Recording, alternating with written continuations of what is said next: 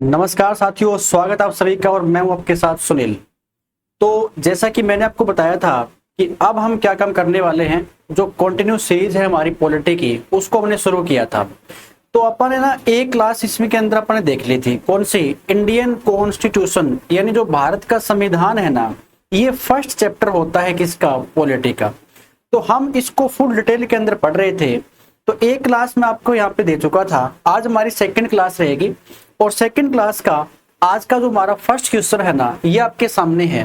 देखिए, सबसे पहले आपको ये पता होना चाहिए कि जैसे मैंने आपको बताया था क्या, कि जो हमारी संविधान सभा थी, कॉन्स्टिट्यूशनल असेंबली, सबसे पहले तो आपको ये पता होना चाहिए कि उसका जो गठन हुआ था, जब उसका निर्माण हुआ था, तो इंडिया में कौन सा मिशन आया था? तो कैबिनेट मिशन की एंट्री हुई थी 1946 के अंदर। और कैबिनेट मिशन के आधार पर ही क्या बनी थी? जो हमारी संविधान सभा है, कॉन्स्टिट्यूशनल असेंबली, इसका निर्माण हुआ था। फिर मैंने आपको ये बताया था कि जो कैबिनेट मिशन जब भारत में आता है ना, तो उसने एक एक करके अपनी योजनाओं को बताना शुरू किया था। उसमें से एक योजना कौन सी थी? वो तो थी संविधान सभा का निर्माण किया। सेकंड कौन सी थी? तो उसने कहा कि हम एक इंटरिम गवर्नमेंट बनाएंगे। हम क्या बनाएंगे? एक अंतरिम सरकार बनाएंगे। सबसे पहले सुनो, अंतरिम सरकार का मतलब क्या होता है? जैसे इसने पूछ रखा है कि हाउ मेनी मेंबर्स, इसने क्या पूछ रखा है आपसे? इसने ये पूछा है how many members, how many members were there in the interim government. यानी सबसे पहले तो आपको ये पता होना चाहिए जो अंतरिम सरकार है ना, ये कैसे बनी थी, या अगर मैं कह दूं कि इसमें जो कुल सीट्स है ये कितनी थी। ठीक है ना? जैसे अपन ने यहां तक कर लिया था, अब यही क्वेश्चन चल रहा है हमारा अंतरिम सरकार का ही। तो अंतरिम सरकार का मतलब क्या होता है? पहले तो आप इस चीज को समझ लीजिए। ऐसी गवर्नमेंट या ऐसी सरकार जो बिना इलेक्शन के बने, उसे क्या बोलते हैं? अंतरिम सरकार या इंटरिम गवर्नमेंट बोलते हैं। अब ये पूछ रहा है कि जो अंतरिम सरकार जब बनी थी, ठीक है ना, तो इसमें टोटल कितने मेंबर्स थे, यानी कुल कितनी सीट्स जो है ये फिक्स की गई थी, ये बात आपसे पूछ रहा है। तो इसमें आपको ऑप्शन दे रखे हैं। पहला ऑप्शन दे रखा है 11, एक है 14, एक है 9 और एक है 5। तो इसका जो आंसर रहने वाला है ना, वो आपका ऑप्शन नंबर है बी, 14 सीट यहाँ पर फिक्स की गई थी। अब बात यह है कि जो 14 सीटें बताई गई थी ना, उसमें किस पार्टी की कुल कितनी सीटें दी गई थी। जैसे यहां पर मैं आपको बता दूं कि जो इंडियन नेशनल कांग्रेस पार्टी थी ना, इसकी 6 सीटें फिक्स की गई थी। क्या हुआ था कि जो अंतरिम सरकार है, इसमें हम कुल कितनी सीट रखेंगे, तो 14 सीटें फिक्स कर दी। 14 में से क्या था, यहां पर जो मुस्लिम लीग थी, आपने हिस्ट्री के अंदर पढ़ रखा होगा कि जो मुस्लिम लीग है ना, इसकी कुल सीटें कितनी फिक्स की गई थी, तो इसकी 5 सीटें फिक्स की गई थी। ठीक है, एक सीट किसकी थी इसके अंदर? तो एक था भारतीय पारसी, यानी एक तो पारसी की सीट फिक्स की गई थी। ठीक है, एक सीट थी ईसाई की, एक सीट ईसाई की थी, और एक सीट किसकी थी? जो इंडियन सिख है ना, इनकी एक सीट यहाँ पर फिक्स की गई थी। तो टोटल कितनी सीटें थी? 14 सीटें हैं। 14 में से कांग्रेस पार्टी की सीटें कितनी थी? 6। मुस्लिम लीग की कितनी है? 5। एक सीट भारतीय ईसाई है, एक सीट भारतीय सिख है, और एक सीट क्या थी? पारसी की थी। ठीक है, ये चीजें फिक्स हुई थी। तो अब आपसे पूछ सकता है कि जो इंटरिम गवर्नमेंट है, जो अंतरिम सरकार है, ये बनी कब थी? तो आपने डेट याद रखनी है, 24 अगस्त, 24 अगस्त 1946। ये वो दिन था जिस दिन अंतरिम सरकार का क्या होता है? गठन होता है। क्या हुआ था? अंतरिम सरकार का गठन किया गया था। फिर आपसे पूछेगा, देखिए ये जो मुस्लिम लीग है ना, इसने एक टाइम के लिए बोल दिया कि हम जो है ना, अंतरिम सरकार का हिस्सा नहीं बनेंगे। अब मुस्लिम लीग अंतरिम सरकार में शामिल हुई नहीं, तो कुल मिलाकर के एक डेट और फिक्स हुई, वो थी 2 सितंबर की 1946। और पंडित जो नेहरू थे ना, पंडित जवाहरलाल नेहरू, इन्होंने क्या काम कर लिया था? इन्होंने टोटल 11 सदस्यों के साथ, इन्होंने कुल मिलाकर के 11 सदस्यों के साथ में है ना, शपथ ग्रहण कर ली थी, ठीक है ना। यानी 2 सितंबर 1946 को क्या हुआ, पंडित जवाहरलाल नेहरू ने 11 सदस्यों के साथ में क्या काम कर लिया, शपथ ग्रहण कर ली थी। अब एक क्वेश्चन यहां से और बन जाएगा, इस अंतरिम सरकार में मुस्लिम लीग कब शामिल हुई थी? तो आपने बताना है जो मुस्लिम लीग है ना, ये शामिल होती है 26 अक्टूबर 1946। ये वो दिन था जब मुस्लिम लीग भी क्या हो जाती है, इस अंतरिम सरकार में शामिल हो जाती है। क्लियर हुआ? तो आपने क्या क्या बातें इस क्वेश्चन से याद कर लेनी है कि जो अंतरिम सरकार है ये कब बनी। तो आपने बताना है अंतरिम सरकार बनी थी 24 अगस्त 1946 को। सेकंड पॉइंट क्या आता है, अंतरिम सरकार में कुल कितने मेंबर्स थे? तो आपने बताना है 14 सदस्य थे। इसमें से कांग्रेस पार्टी के मेंबर कितने हैं? 6 है।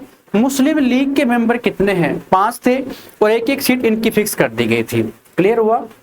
और एक लास्ट पॉइंट क्या पूछेगा कि इसमें मुस्लिम लीग कब शामिल हुई थी इस अंतरिम सरकार के अंदर? तो 26 अक्टूबर 1946 को हुई थी। और अंतरिम सरकार का मतलब क्या होता है? ऐसी सरकार जो बिना इलेक्शन के बने उसे हम क्या बोलते हैं? अंतरिम सरकार बोलते हैं। नेक्स्ट क्वेश्चन क्या कह रहा है, भारत का संविधान जो है ना ये कब बना था? देखिए अब आप कहोगे ये तो एक बिल्कुल बेसिक सा क्वेश्चन है, पूछ क्या रहा है, when was the constitution of India made, कि भारत का संविधान कब बना, ये वाली क्वेश्चन पूछ रहा है। अब आप कहोगे ये तो बिल्कुल बेसिक क्वेश्चन है, बेसिक जरूर है लेकिन आप इसमें से 5 या 6 क्वेश्चन कवर करेंगे। देखिए आपको फर्स्ट ऑप्शन दे रखा है 26 नवंबर 1949 और ये पूछ रहा है कि कब बना था, तो ऑप्शन भी इसका कौन सा हो जाएगा? ऑप्शन नंबर ए ही रहने वाला है। अब एक क्वेश्चन आता है कि बताइए संविधान दिवस कब मनाया जाता है? जब भी आपके सामने ऐसा क्वेश्चन आ जाए ना, संविधान दिवस कब मनाते हैं, तो आप क्या बताओगे? कॉन्स्टिट्यूशन डे, संविधान दिवस कब मनाते हैं? तो वो आपने बताना है 26 नवंबर को मनाया जाता है, ठीक है ना। जब 26 नवंबर को क्यों मनाया जाता है? क्योंकि 26 नवंबर 1949 में क्या हुआ, हमारे देश का संविधान बन करके तैयार हुआ था, ठीक है, लागू नहीं हुआ था, तैयार हुआ था। एक बात और पूछ सकता है, इसे 26 नवंबर को संविधान दिवस के रूप में कब घोषित किया गया? तो ये 2015 का समय था। 2015 में पहली बार क्या मनाया गया?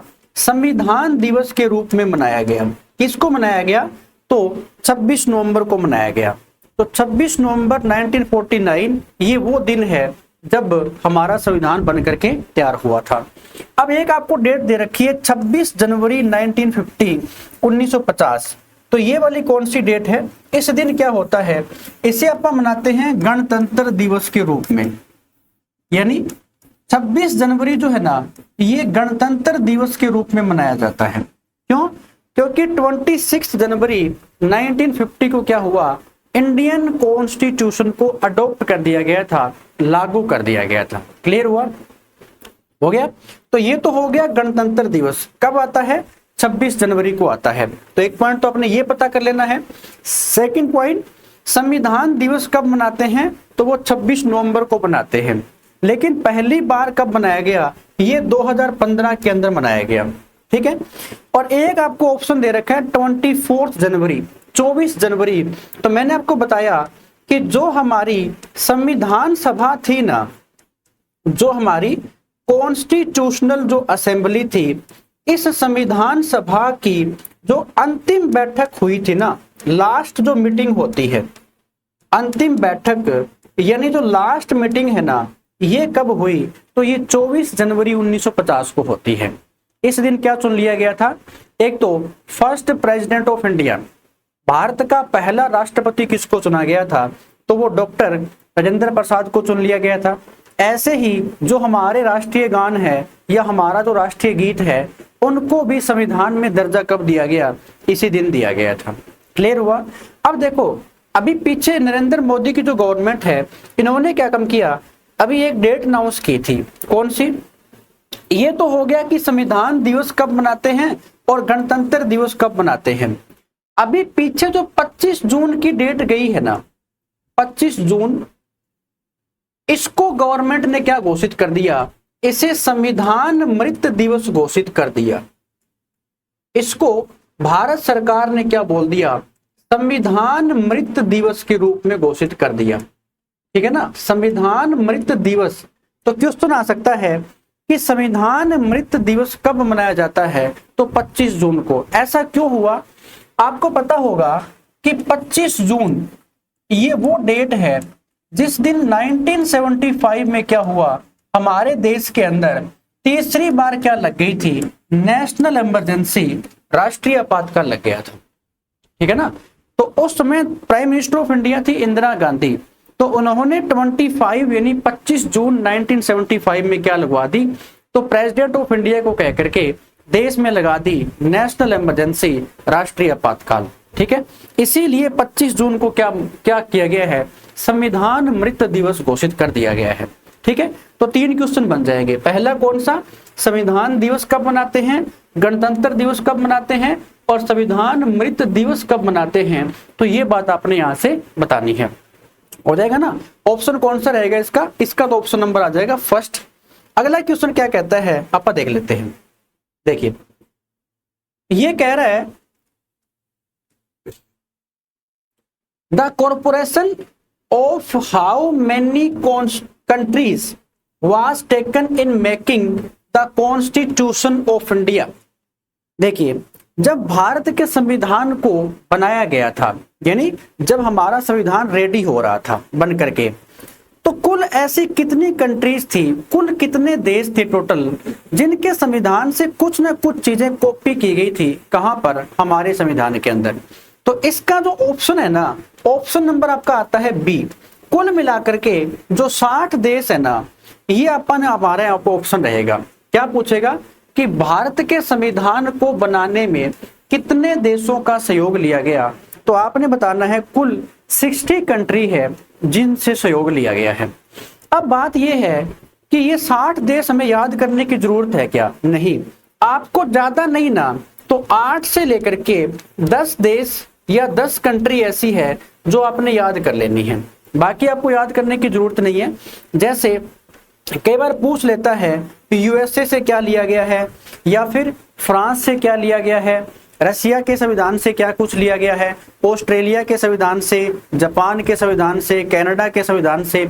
इस प्रकार से है ना, आपको 8 से 10 कंट्री याद कर लेनी है। ठीक है, आगे जो क्वेश्चन आएगा वो मैं बता दूंगा कि किस देश के संविधान से क्या कुछ चीजें ली गई है।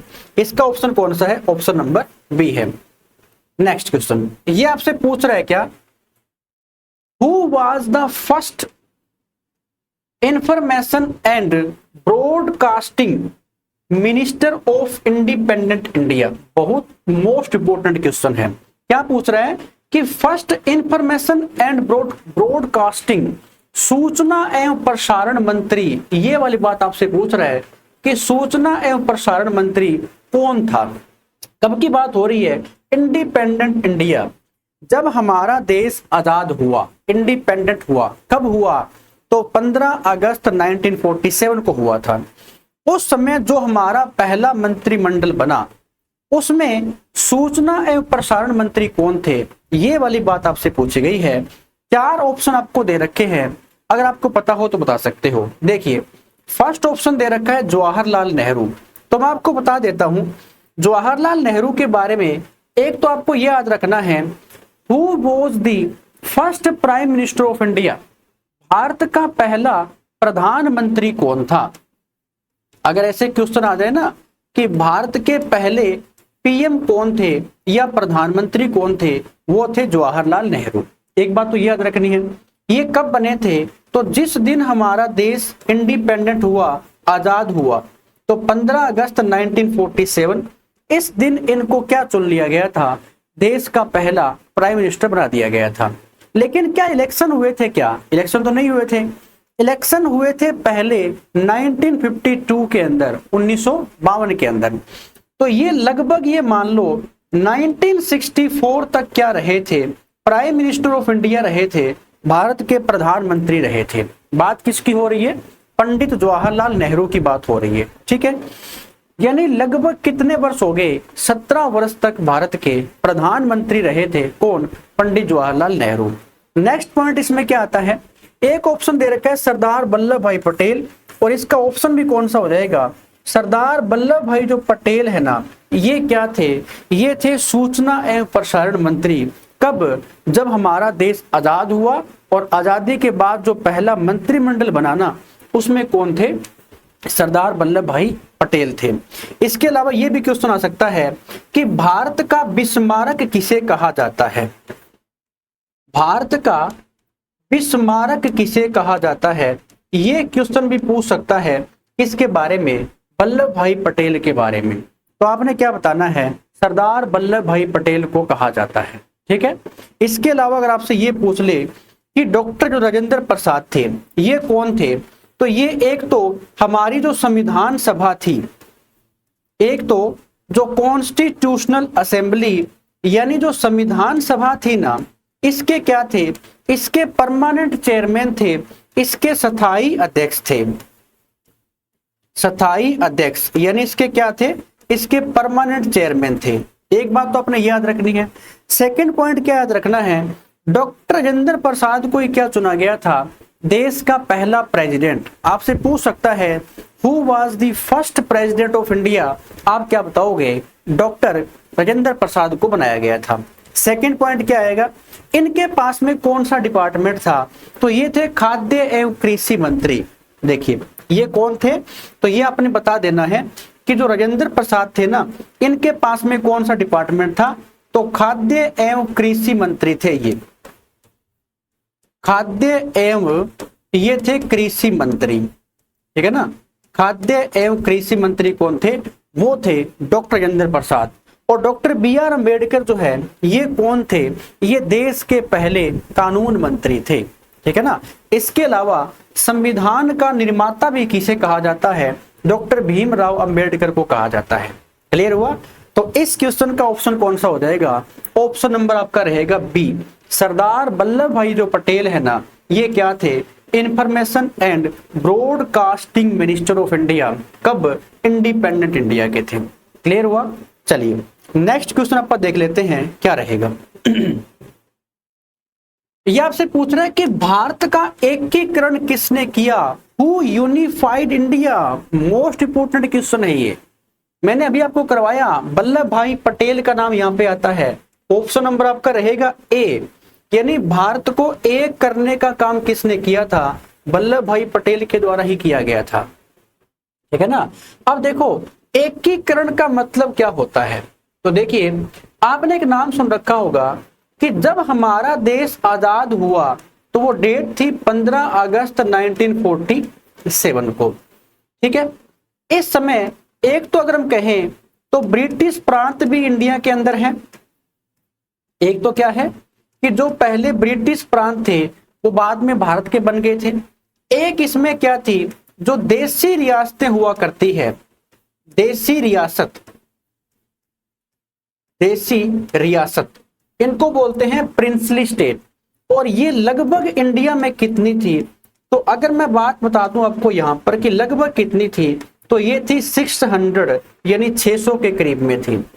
अब बात ये थी कि जब हमारा देश इंडिपेंडेंट हो रहा था, आजाद हो रहा था, तो उस समय आपको एक बात याद रखनी है कि लगभग कितनी देसी रियासतें थी, तो 600 के करीब देसी रियासतें थी। इनको ये ऑप्शन दिया गया था, किनको, देसी रियासतों को यानी प्रिंसली स्टेट को, ये बोल दिया गया कि या तो आप इंडिया का हिस्सा बन जाइए या फिर आप किसका हिस्सा बन जाओ, पाकिस्तान का हिस्सा बन जाओ। तो यहां पर है ना जम्मू कश्मीर थी, जैसे एक रियासत कौन सी थी, जम्मू कश्मीर, एक तो है जम्मू कश्मीर, ठीक है। एक था हैदराबाद, हैदराबाद, और एक देसी रियासत थी जूनागढ़, जूनागढ़। ये 3 देसी रियासत ऐसी थी जिन्होंने कहा हम क्या रहेंगे, हम इंडिपेंडेंट रहेंगे, हम आजाद रहेंगे। और मोस्टली जो देसी रियासत है यानी जो प्रिंसली स्टेट थे ना, ये किस में कंप्लीटली मिल गए थे, ये इंडिया का हिस्सा बन गए थे, ठीक है। तो अब इंडिया को एक करना है, इंडिया के अंदर बहुत सारे प्रिंसली स्टेट हैं, उनको मिलाकर के एक करना है। तो वो एक करने का काम किसने किया था? वल्लभ भाई पटेल ने किया था। इसके अलावा जैसे जम्मू कश्मीर है, तो आपको पता होगा जम्मू कश्मीर को तो विलय पत्र के माध्यम से, जम्मू कश्मीर को विलय पत्र के माध्यम से क्या कर दिया गया था, यहां पर इसमें शामिल किया गया था। जूनागढ़ को जनमत संग्रह करवाया गया। जनमत संग्रह कहां पर हुआ? ये जूनागढ़ के अंदर करवाया गया था। और हैदराबाद के अंदर क्या था? यहां पर ऑपरेशन पोलो चलाया गया था, ऑपरेशन पोलो। और इसके माध्यम से क्या काम किया गया था? यानी आप ऐसे भी कह सकते हैं कि सैनिक कार्यवाही के द्वारा, सैनिक कार्यवाही यहां पर की गई थी। और इसी सैन्य कार्यवाही के द्वारा जो हैदराबाद है ना, इसको इंडिया का हिस्सा बनाया गया था। क्लियर हुआ? तो अब ये चीजें थी कि अगर आपने अखंड भारत का मैप देखा हो ना, तो वहां पर आपको प्रिंसली स्टेट भी देखने को मिल जाएंगे, देसी रियासतों भी मिल जाएगी आपको। तो इन सब को मिला करके आज जो इंडिया है ना, इसमें टोटल कितने स्टेट है? तो 28 तो स्टेट है, प्लस यूटी कितनी है? तो इसमें 8 यूटी आती है, यूनियन टेरिटरी आती है। तो आज प्रेजेंट टाइम में या वर्तमान में कितने राज्य है? 28 राज्य है। और यूटी कितनी है? 8 यूटी आती है। तो ये क्वेश्चन आता है कि किसने किया था? ऑप्शन कौन सा रहेगा? ऑप्शन नंबर ए है, सरदार वल्लभ भाई पटेल ने किया था। ठीक है, चलिए अगला क्वेश्चन क्या कह रहा है आप देख लेते हैं। संविधान सभा की प्रांतीय संविधान समिति के अध्यक्ष कौन थे? ये पूछ रहा है कि हु वॉज द चेयरमैन, ये पूछ रहा है आपसे chairman of the provincial constitution committee of the constitution assembly. देखिए, अगर हम बात करें कॉन्स्टिट्यूशनल असेंबली की, संविधान सभा की, तो इसके अंदर बहुत सारी कमेटियां बनी पड़ी थी, बहुत सारी कमेटियां बनाई गई थी। अब ये पूछ रहा है कि जो संविधान सभा की जो प्रांतीय संविधान समिति थी ना, इसके अध्यक्ष कौन थे, ये आपने बताना है। तो अगर हम बात करें यहां पर पंडित जवाहरलाल नेहरू की, ठीक है ना, तो ये कौन से थे? संघ शक्ति समिति के अध्यक्ष थे। ये थे संघ शक्ति समिति के अध्यक्ष, संघ शक्ति समिति, इसके अध्यक्ष कौन थे? तो वो थे जवाहरलाल नेहरू। ऐसे ही जो सरदार वल्लभ भाई पटेल है ना, ये इसका ऑप्शन सही रहने वाला है, ऑप्शन नंबर बी, कि सरदार पटेल जो है ये क्या थे? ये प्रांतीय संविधान समिति यानी जो प्रोविंशियल कॉन्स्टिट्यूशन जो कमेटी है ना, उसके चेयरमैन कौन थे? तो वो थे वल्लभ भाई पटेल। ठीक है, और यहां पर याद रखना डॉक्टर BR अम्बेडकर जो है ये थे प्रारूप समिति के अध्यक्ष। ये कौन थे? ये प्रारूप समिति के अध्यक्ष थे। और मैंने आपको अच्छी प्रकार से करवाया था, प्रारूप समिति को ही क्या कहा जाता है? ड्राफ्टिंग कमेटी कहा जाता है। और ड्राफ्टिंग कमेटी बनी कब थी? तो ये बनी थी 29 अगस्त को। कब बनती है? 29 अगस्त 1947 को बनती है। कौन सी कमेटी? प्रारूप समिति या फिर ड्राफ्टिंग कमेटी। ड्राफ्टिंग कमेटी के अंदर कुल कितने मेंबर थे? तो अच्छी प्रकार से अपन ने किया था कि टोटल 7 मेंबर थे। ड्राफ्टिंग कमेटी के चेयरमैन कौन थे? अध्यक्ष कौन थे? तो क्या ऑप्शन रहेगा? डॉक्टर BR अम्बेडकर थे। ठीक है, तो प्रांतीय संविधान समिति के अध्यक्ष कौन थे? आप बताओगे यहां पर सरदार वल्लभ भाई पटेल हुआ करते थे। ठीक है, ऑप्शन नंबर कौन सा हो जाएगा? ऑप्शन नंबर है बी। चलिए अगला क्वेश्चन क्या कहता है, आप देख लेते हैं। भारतीय संविधान में जो आपातकालीन उपबंध है, देखिए, from which country has the provision of emergency in Indian constitution been taken.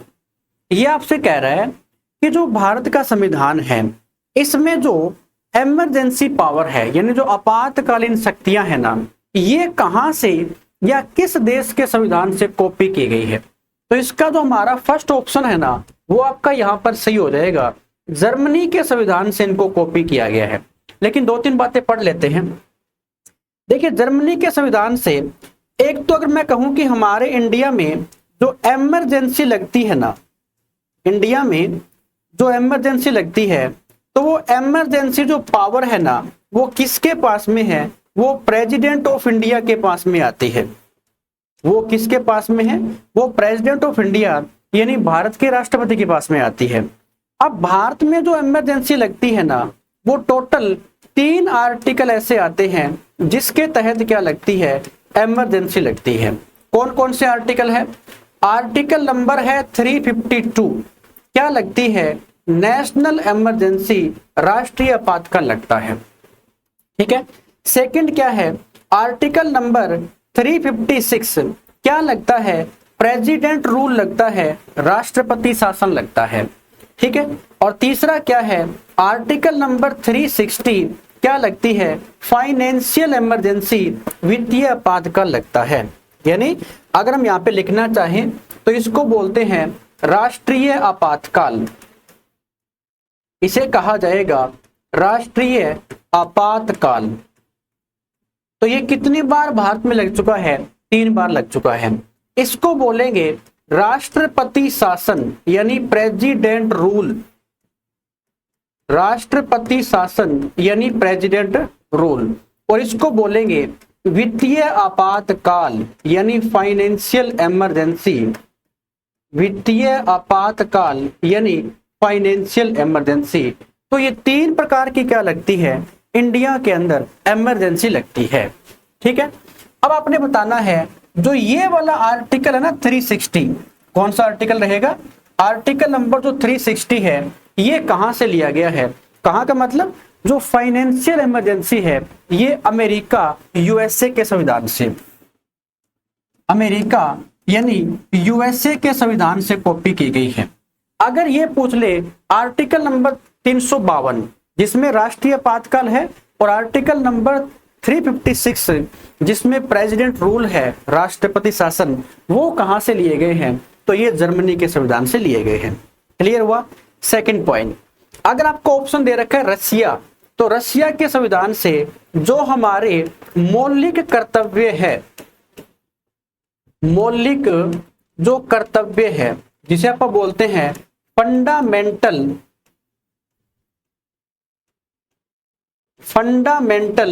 Duties यानी जो मौलिक कर्तव्य है ना, ये किस देश के संविधान से कॉपी किए गए हैं? ये रसिया के संविधान से लिए गए थे। अब एक दो बातें इसके अंदर और भी आती है। अगर हम बात करें हमारे मूल संविधान की, तो उस समय जो फंडामेंटल राइट है ना, ये एक भी नहीं था। ये प्रेजेंट टाइम में कितने हैं? तो 11 मूल कर्तव्य आते हैं। ठीक है ना, याद रखना। इनको जोड़ा कब गया था? तो हमारे संविधान का 42वां अमेंडमेंट हुआ था 1976 के अंदर, तब इनको जोड़ा गया था। ठीक है। नेक्स्ट पॉइंट आता है इसके अंदर ब्रिटेन। तो ब्रिटेन से क्या कुछ लिया गया है ये आपने यहाँ पे नोट कर लेना है। तो ब्रिटेन से एक तो लिया गया है सिंगल सिटीजनशिप यानी एकल नागरिकता, एकल नागरिकता, सिंगल सिटीजनशिप। देखो अब मुझे इतना बताओ, अपने इंडिया में क्या सिंगल सिटीजनशिप है या डबल है? तो आप क्या बताओगे? सिंगल सिटीजनशिप है, एकल नागरिकता है। और ये एकल नागरिकता का प्रावधान कहां से? ये ब्रिटेन के संविधान से लिया गया है। ऐसे ही हमारे देश की जो संसदीय शासन प्रणाली है, जो संसदीय शासन प्रणाली है, संसदीय शासन प्रणाली, ये भी कहां से? ये भी ब्रिटेन के संविधान से कॉपी की गई है। क्लियर हुआ? ऐसे आपको एक ऑप्शन दे रखा है साउथ अफ्रीका। तो यहां से हमारे संविधान के अंदर जो अमेंडमेंट करने की प्रोसेस है, और अमेंडमेंट का मतलब होता है कि हमारे संविधान में जो संशोधन करने की प्रोसेस है ना, ये कहां से ली गई है? ये साउथ अफ्रीका यानी दक्षिण अफ्रीका के संविधान से लिया गया है। तो मेरे हिसाब से आपको समझ में आया होगा। क्या पूछ रहा है ये पूछ रहा है आपातकालीन जो उपबंध है ना, ये कहां से लिए गए हैं? आपने बताना है इनको जर्मनी के संविधान से लिया गया है। ठीक है। तो पहला ऑप्शन कौन सा हो जाएगा? जर्मनी। अगर पूछ ले फंडामेंटल ड्यूटीज कहां से? रसिया के संविधान से। अगर पूछ ले एकल नागरिकता तो ब्रिटेन से। और दक्षिण अफ्रीका से क्या है? अमेंडमेंट करना, संशोधन करने का प्रावधान है। अब तक हम हमारे संविधान में कुल कितने अमेंडमेंट कर चुके हैं तो कुल मिलाकर के 106 बार क्या हो चुके हैं, अमेंडमेंट हो चुके हैं, इसमें भारत के संविधान के अंदर। क्लियर हुआ?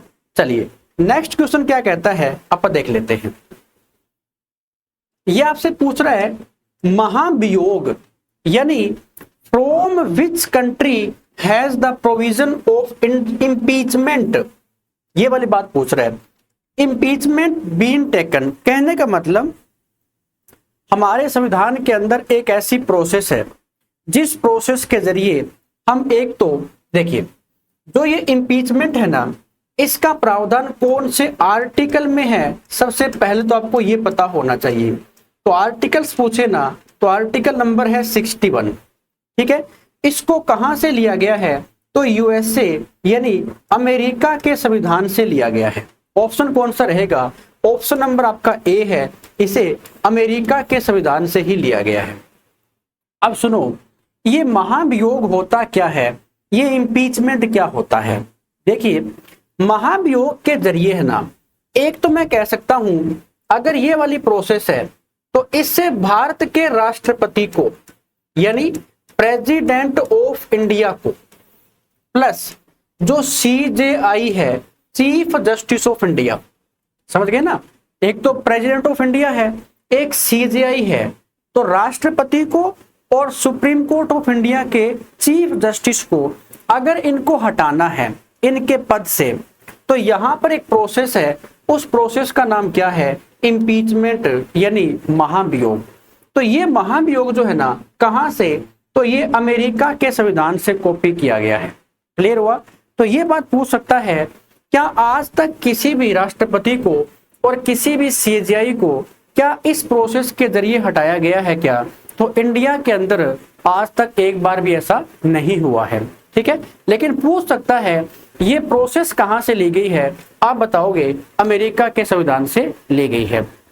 नेक्स्ट पॉइंट आप देख लेते हैं, आयरलैंड के संविधान से क्या कुछ लिया गया है, तो यहां से जो DPSP है ना, directive principle of state policy, राज्य के जो नीति निर्देशक तत्व है या सिद्धांत जिसे आप बोलते हैं, ये कहां से लिए गए हैं, तो ये यहां पर आयरलैंड के संविधान से लिए गए हैं। DPSP directive principle of state policy.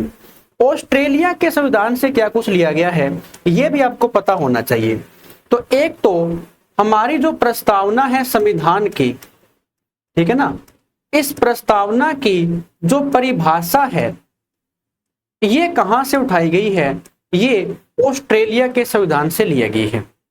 और क्या कुछ लिया गया है, साथ में यहां से जो समवर्ती सूची है, कनकरेंट लिस्ट, समवर्ती सूची, इसको भी कहां से, ये भी ऑस्ट्रेलिया के संविधान से उठाई गई है। ऐसे ही फ्रांस के संविधान से क्या कुछ लिया गया है, तो जो तदर्थ न्यायाधीश का प्रावधान है, तदर्थ न्यायाधीश का जो प्रावधान है ना, ये कहां से, ये फ्रांस के संविधान से लिया गया है, ठीक है ना। तो मेरे हिसाब से जितना मैंने करवाया है ये आपको यहाँ पे क्लियर हुआ होगा और समझ में आया होगा। तो अपन ने क्या पढ़ लिया कि महाभियोग जो है, इम्पीचमेंट, ये कौन से आर्टिकल में है, तो आप बताओगे आर्टिकल नंबर तो 61 में है। कहां से कॉपी किया गया है, अमेरिका से। क्या आज तक भारत में महाभियोग किसी पर लगा है क्या, किसी का मतलब राष्ट्रपति पर या फिर CJI पर नहीं लगा है। एक बात और याद रखना, महाभियोग जो है ना, ये लोकसभा के अंदर आता है और राज्यसभा के अंदर भी आ सकता है। लेकिन याद रहे, लोकसभा के अंदर हो चाहे राज्यसभा के अंदर आए, लेकिन आप जिस पर भी महाभियोग लेकर के आ रहे हो, चाहे वो राष्ट्रपति के ऊपर हो चाहे CJI के ऊपर हो, इन दोनों को है ना आपको 14 दिन पहले यानी 14 डेज, 14 दिन पहले जो है ना सूचना देनी पड़ती है इन दोनों को कि हम आपके खिलाफ में क्या लेकर के आ रहे हैं, इम्पीचमेंट यानी महाभियोग लेकर के आ रहे हैं। क्लियर हुआ? ठीक है। तो आज की जो हमारी क्लास रहेगी स्टूडेंट्स, हम इसमें इतना ही पढ़ेंगे। नेक्स्ट की जो हमारी क्लास रहेगी, इससे जो आगे की क्वेश्चन है वो कल करवा दूंगा। तो उम्मीद है कि आपको समझ में आया होगा अच्छे से और क्लियर हो गया होगा। ठीक है, थैंक यू स्टूडेंट्स।